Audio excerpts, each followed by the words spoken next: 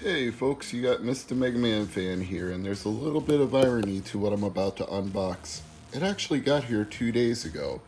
Well, not to me physically it didn't, but UPS had it on a truck which arrived locally on October 8th. And then it said an exception has occurred due to the late arrival of the truck. Your package is now scheduled for delivery on Saturday. I shrugged that off and said, okay, fine. Then it said, your package has been handed off to USPS for local delivery. It is now scheduled for Sunday by 8 p.m. Oh joy, I get to wait around all day long until a package shows up.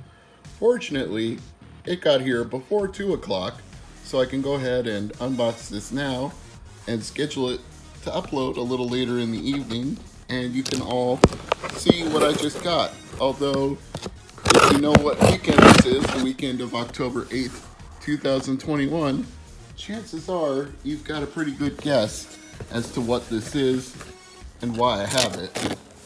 And thankfully for the price, shipping was free, which isn't always the case with Target. They sometimes charge quite a bit to ship items, as I've learned the hard way with Amiibos.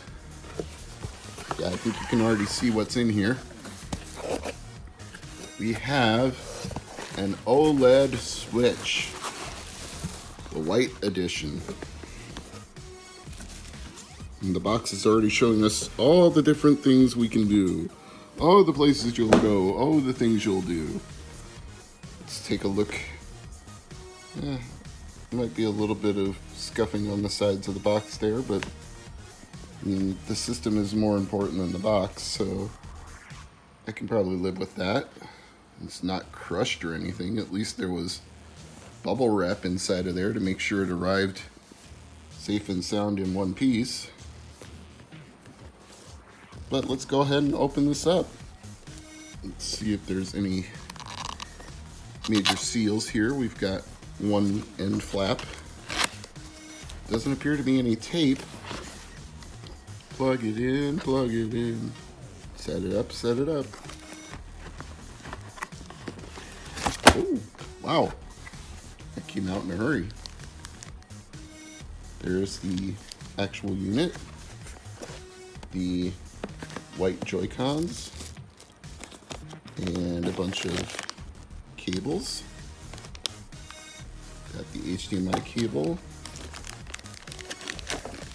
The power brick. Some Joy-Con rails for use when you don't have them docked. Always handy.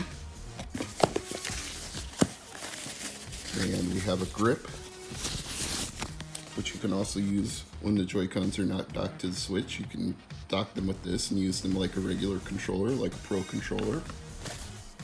And of course, since this is the new OLED Switch with the white Joy-Cons, we also have a new dock for the Switch that is white.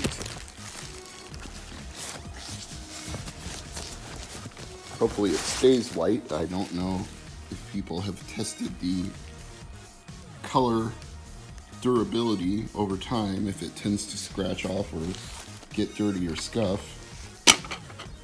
As many people have already noted, this side plate is no longer on a hinge. It just pops off like that.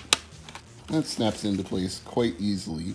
Even one-handed I was able to do all of that, so can't complain about the design.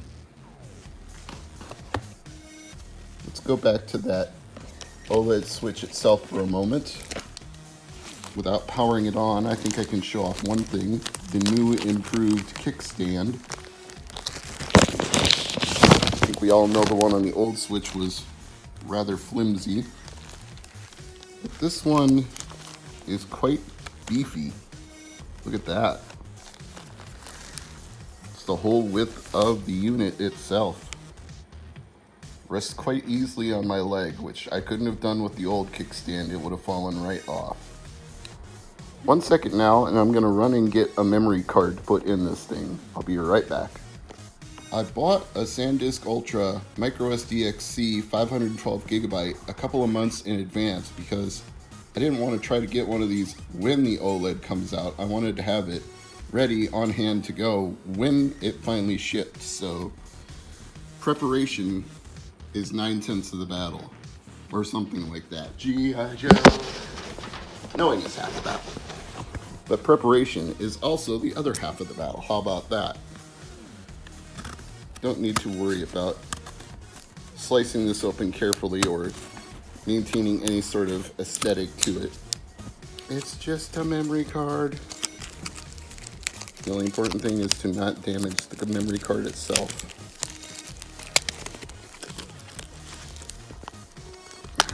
Come on. Come out of there. There we go. Got one adapter and one micro SD card. Don't even need the adapter right now, just the micro SD. I'm not gonna sit here and transfer all of my software right now. I'm just gonna do a basic wake up the system. I'm just gonna get this thing going, and then after that, finish downloading and installing everything later on. There's our micro SD slot. It's pleasantly clickable. Seems easy to insert and remove. I like that. All right. Let's get some power running to this thing. Actually, you know what? Let's put the Joy-Cons on it first, because that way when it powers up, then the Joy-Cons can start charging as well. Plus, then we can see what it looks like when it's fully assembled, if you will.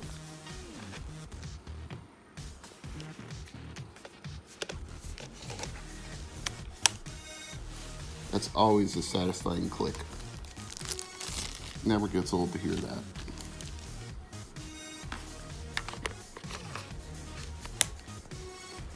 All right, now we'll get some power running. Get that big old power plug plugged in.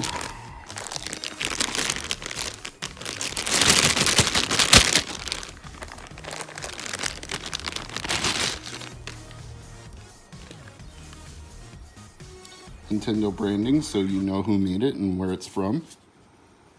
Not that you wouldn't know, but at least it's their manufacturing process to indicate some level of quality assurance,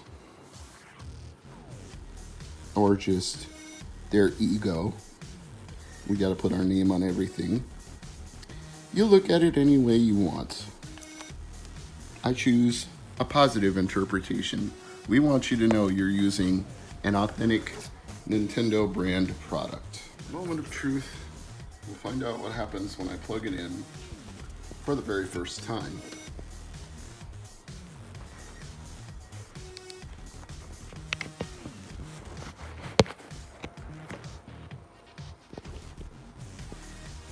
And it's charging. I saw the light. Oh, it's gonna boot up.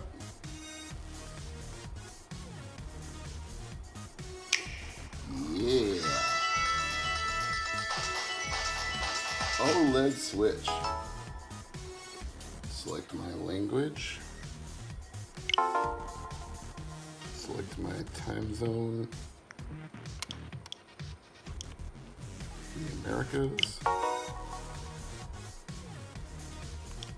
Accept the end user license agreement. Los Angeles, Vancouver? No, I don't think so. Midway, that should be Chicago. I'll do that later, thanks. Detach the Joy-Cons. Oh, lovely. Let's see if I can set this in a stand while I do that.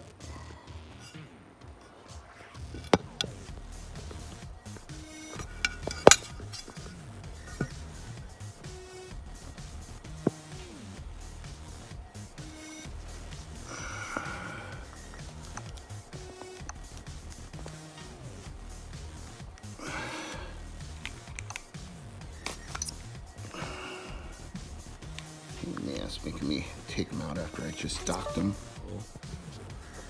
Yeah, I guess.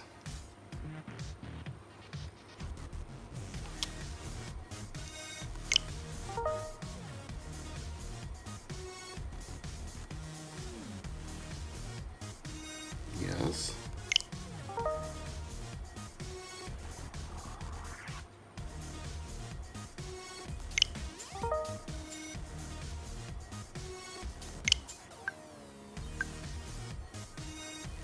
Oh, all right.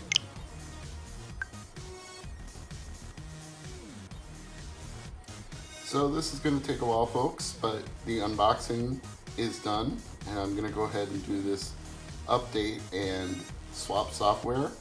But for now, you've seen the Switch OLED and everything that comes in it, so I'm going to leave it there for the moment and say thank you very much for watching.